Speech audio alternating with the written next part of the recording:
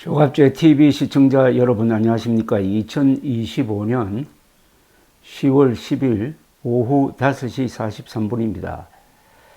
윤석열 전 대통령의 부인 김건희 씨 관련 의혹으로 김건희 특검에서 조사를 받은 경기도 양평군 공무원이 자택에서 숨진 채 발견이 되었습니다.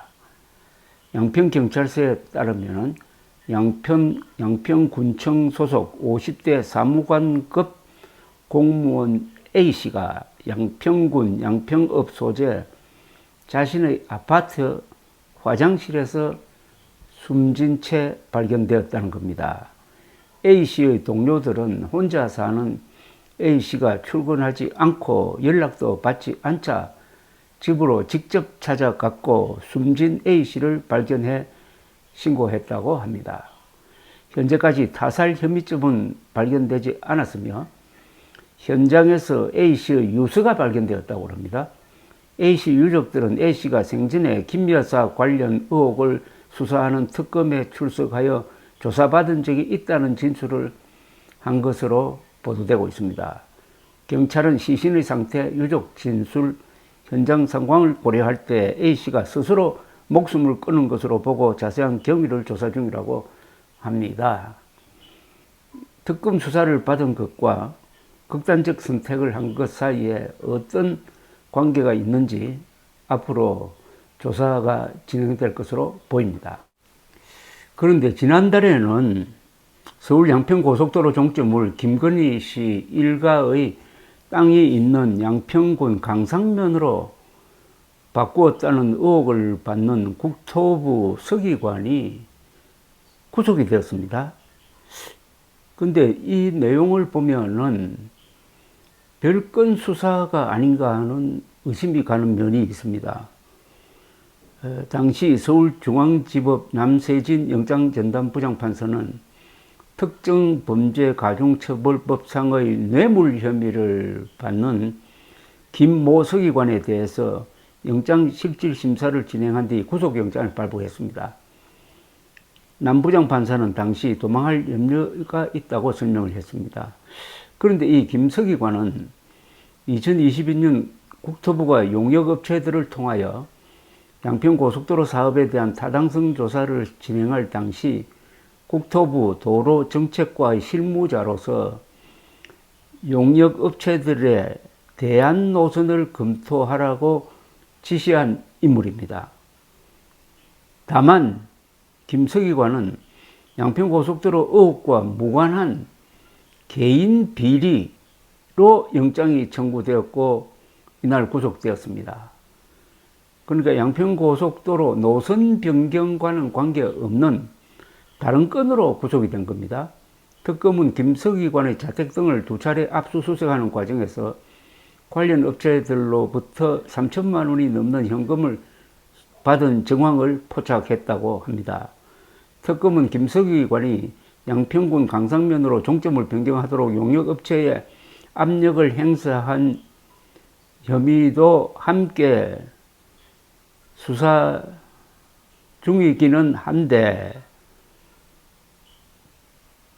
그걸로 영장 청구가 된 게 아니고 그걸 수사하는 과정에서 업체로부터 뇌물 받은 혐의로 구속이 된 겁니다. 지금 중요한 것은 이 정권이 영향력을 행사해 가지고 김건희 씨 측에 유리한 노선으로 변경하려고 했느냐 하는 부분입니다. 그 부분에 대한 영장 청구가 아니었다는 겁니다. 이렇다면은 이게 별건 수사라는 범주 안에 들 수도 있다는 거죠. 지난 9월 19일 기준으로 하면은 김건희 특검이 13명을 구속을 했는데 그 중에 5명의 구속영장에는 김건희 씨 관련 사안은 적시되지 않았다는 겁니다. 예컨대 김건희 특검이 구속한 13명 중에서 김건희 씨는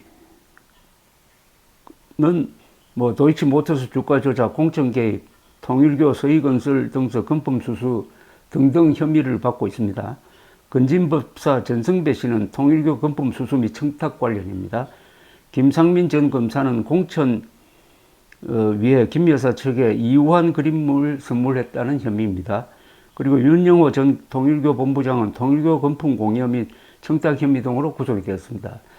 이는 김건희 씨와 관련이 있습니다. 그러나 김건희 씨와 직접 관련이 없는 사람이 구속된 것은 권성동 의원입니다. 통일교 정치자금 1억 원 수수 혐의. 그리고 이일준 삼부토건 회장, 이기훈 부회장, 이웅건 전 대표는 삼부토건 주가 조작 혐의인데 이거는 김건희 씨와 관계가 없습니다. 알선 브로커 이모 김모 씨는 전성배 씨에게 청탁 알선을 한 혐의 등입니다. 그리고 김 여사 측근 이종호 씨는 도이치모터스 주가 조작 공범 사건 무마대가 금품 수수 혐의입니다. 김 여사 측근 김혜성 씨는 IMS 모빌리티 자금 횡령 혐의입니다. 김모 국토교통부 서기관은 용역업체에서 뇌물 수수한 혐의인데 김건희 씨와 직접 관련 없는 수사를 하다가 걸린 다른 쪽의 혐의를 가지고 구속이 된 경우입니다. 이 특검의 수사는 지금 몇 가지 점에서 비상식적인 게 있어요. 뭐냐? 보통 특검은 야당이 하는 겁니다. 근데 이번은 특검이 여당이 주도하는 특검이 되었습니다. 여당이 특검법을 통과시켜서 진행되고 있으니까요. 그리고 이 특검은 수사와 기소를 같이 겸하고 있습니다. 그런데 지금 정부는 수사와 기소를 분리하는 검찰청 폐지 법안을 통과시켰습니다. 그럼 왜 특검은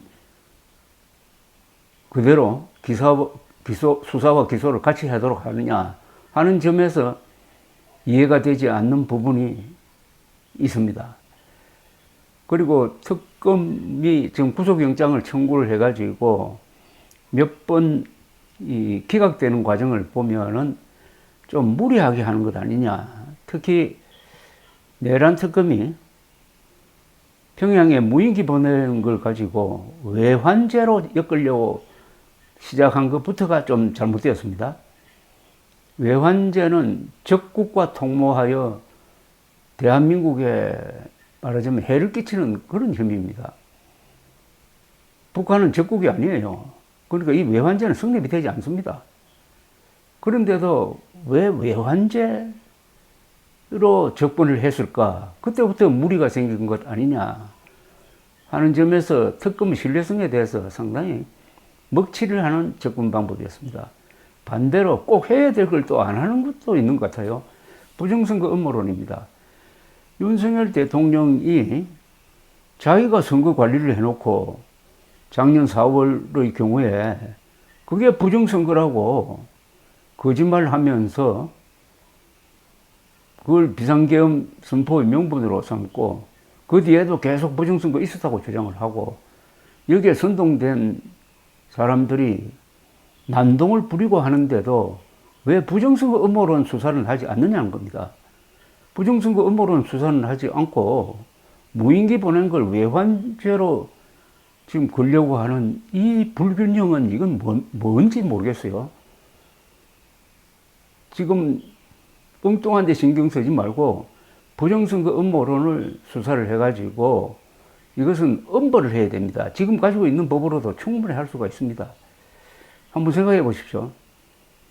부정선거를 하면 한국에서는 어떻게 되느냐. 사형된 경우가 있습니다. 1960년 3.15 부정선거를 주도했던 최인규는 사형 집행되고 말았습니다. 부정선거를 하면 사형이다. 그 다음에 공정한 선거를 부정선거라고 거짓말하면서 그 결과에 불복하는 것은 이건 죄가 안 됩니까?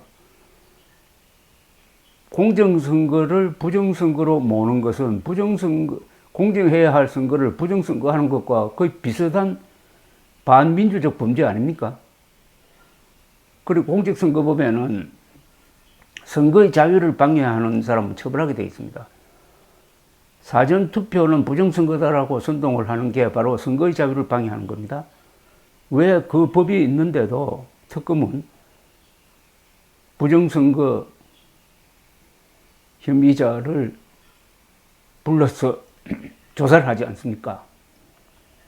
혹시 부정선거 음모론은 좌파와는 관계없고 보수를 분열시키는 것이니까 그 부정선거 음모론은 가만히 내버려 두면은 보수가 계속 분열되도록 할 테니까 거기는 신경 쓰지 않아도 된다 하는 이런 어떤 분위기와 관련이 있는 것 아닌가 하는 정도입니다.